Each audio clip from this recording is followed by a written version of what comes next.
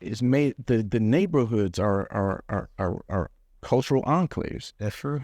I think what we're experiencing now is that when things are bad and no one has an answer for why they're bad, they see what's different and label that difference as the reasoning for the bad thing, instead of I can agree with that. having the nuanced conversation. Again, broad strokes. Instead of having the nuanced conversation that's like, okay, well, how did we, let's say, react to COVID in quarantine? How did we react to that? And what is now the bounce back to it?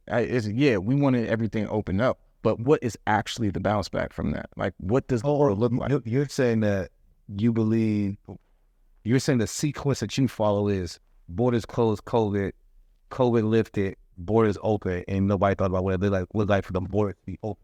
I'm saying that U.S. has a long international policy on this side of the world with a bunch of different countries. And if we're going to be the country that says we're accepting people, well, when a world crisis happens and we close the borders to what is everybody because we've had to, well, what does it look like when we open those borders back up that didn't have great policies to begin with?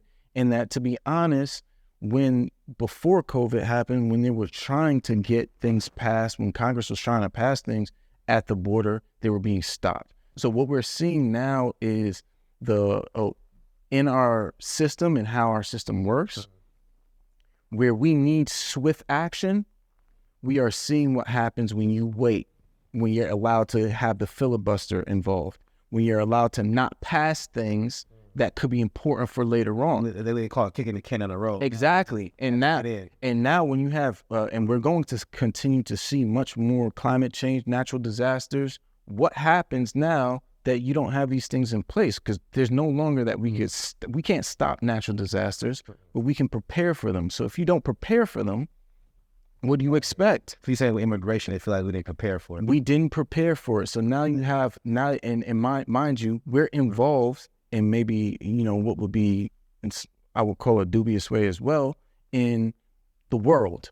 So when you have, America the ball. Yes, when you have countries' economics, falling and like dropping off of a cliff, where do you think those people are going to go? And let's peel back that layer real quick. I think that's an important fact. I was talking to one of the homies, and shout out to my Filipino brothers and sisters